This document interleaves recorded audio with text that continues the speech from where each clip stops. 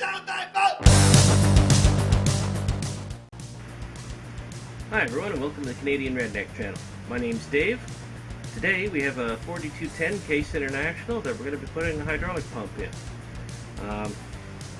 It's kind of an interesting job. The hydraulic pump is down in underneath the footboard and fender on the left hand side, in behind the tire. So it's going to be a bit of a challenging spot to work in, but we'll get started, see how it goes. The hydraulic pump is on this plate here. This is a hydraulic filter here in this canister, and as you can see, it's kind of tucked in here, and you see a lot of bolts and stuff missing. Customer tried to change this pump, ran into difficulty, and my understanding is he damaged a gear. So we will have to get that plate off and see what's inside. There's only 2 bolts left. I'll pull them out. Probably won't get to see much of that because there's hardly room for me, let alone a camera.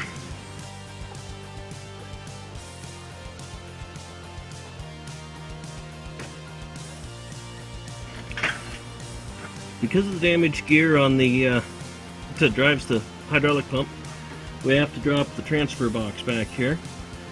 We've already loosened the shield, moved the coupling so that there's room for the transfer box to drop out.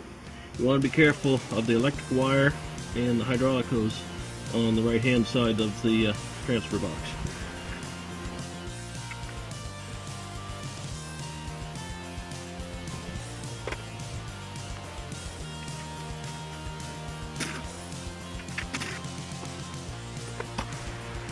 We've removed the roll pin from the PTO shaft inside the differential there that goes through the PTO clutch pack.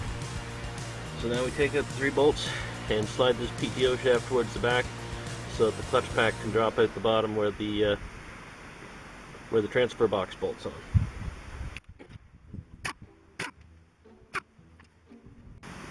We'll carefully knock this seal retainer loose.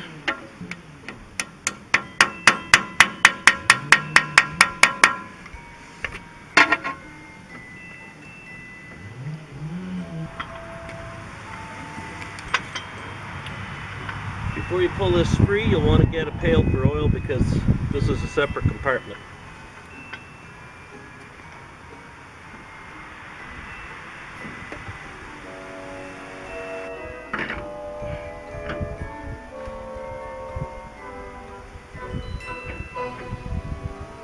That should be lots far enough to get to the PTO clutch. We're ready to remove the gear that drives the hydraulic pump now. That's this gear right here. Probably hard to make out on camera, but it's got the quarter off of every tooth chewed right off.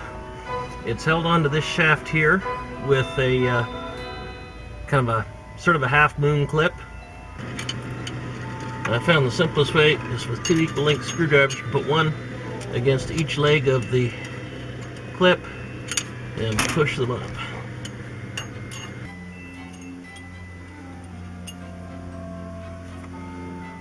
And there's our clip. And then this gear just slides off the shaft.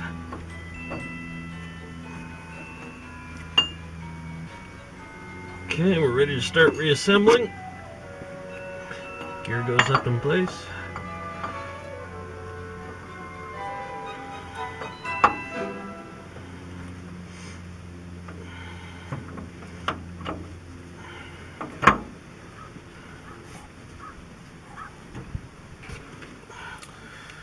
Clutch pack goes in. Before you put it in, you want to knock the roll pin out and put it in from the other side of the hole, because there's one specific way for it to go in. You're going to have where is it? Yep, the 2 tabs on the top here. They have to be on either side of a block on the side of the case.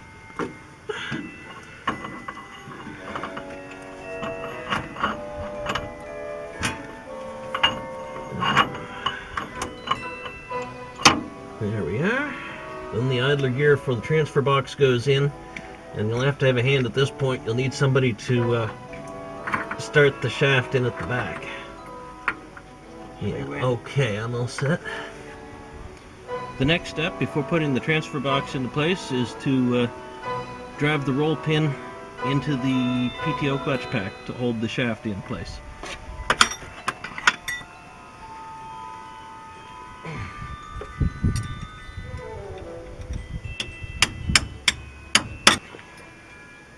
So the transfer box lifted back into place. I'm supporting it with the jack.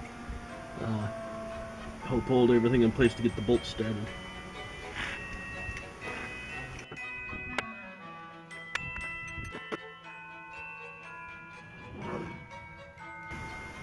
Make sure you couple the shaft together before you tighten the transfer box all the way up into place.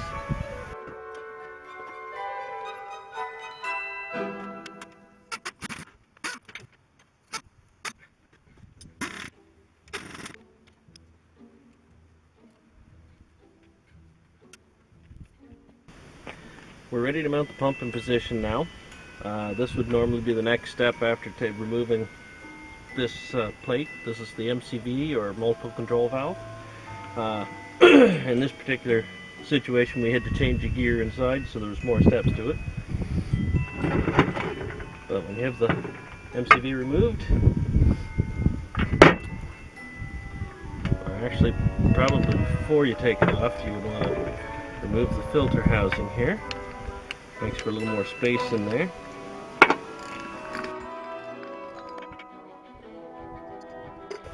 And I see he has put a new filter in. Always a good idea when you're doing this. As a general rule, I wouldn't take this plate off the spacer plate for the pump to change the hydraulic pump, but it was removed for whatever reason and gobbed up with silicone.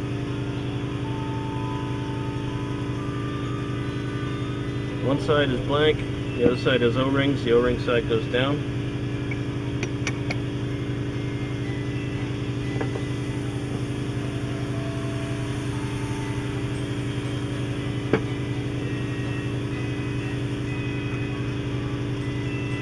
And then you line up your O-rings, big and small hole.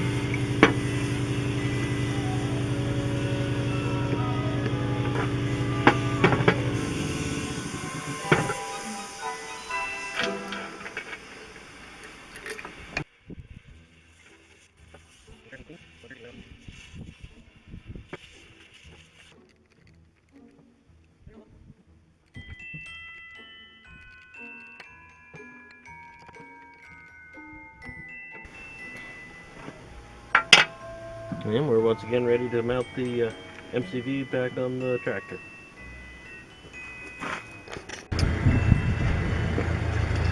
Now we're ready to put the MCV valve back up into place. So we can lift it carefully up around there.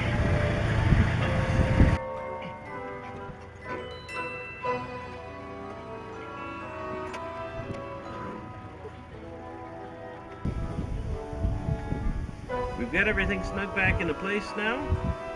Got some oil back into the transmission and the rear end. We'll fire it up, check all the functions, steer the wheel back and forth, check the PTO, make sure it's functioning, and we should be all set.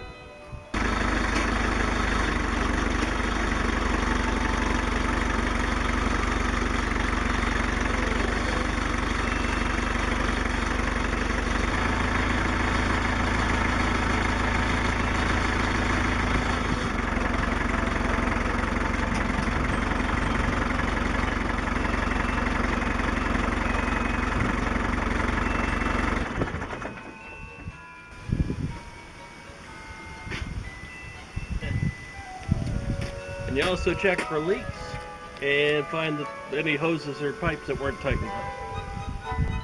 Well, now that I've tightened up that one pipe I missed the first time, I would say mission accomplished. We got the hydraulic pump operational in this tractor, got that gear shift switched out.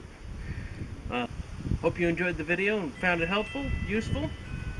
As always, like, subscribe, share. Have a great day.